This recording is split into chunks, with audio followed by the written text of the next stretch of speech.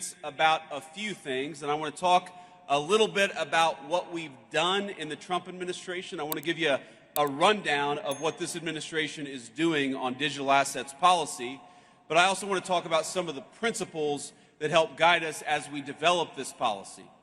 But before that, I want to speak about why I'm personally optimistic about crypto and what it means for the American people. Now, people ask me why I tend to be bullish on the future of innovation in this country.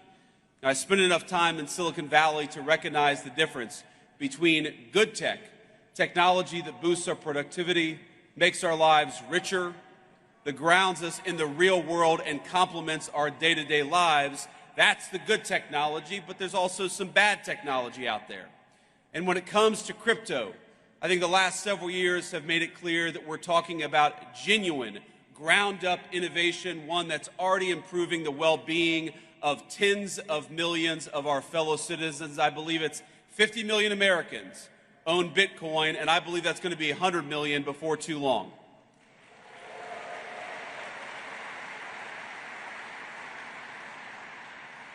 But it's not just about Bitcoin and about the value that's been generated, the wealth that's been generated by so many millions of our fellow citizens. Through decentralized finance, crypto has transformed how Americans transact with one another. It's expanded access to banking for many who may not otherwise have had it.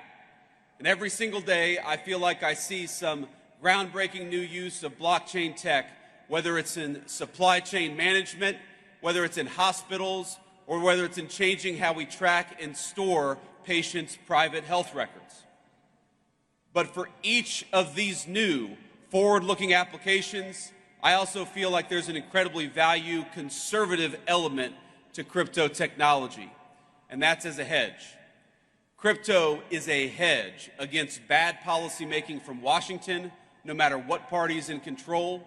It's a hedge against skyrocketing inflation, which has eroded the real savings rate of Americans over the last 4 years. And as you all know well, it's a hedge against a private sector that's increasingly willing to discriminate against consumers on the basis of their basic beliefs, including their politics.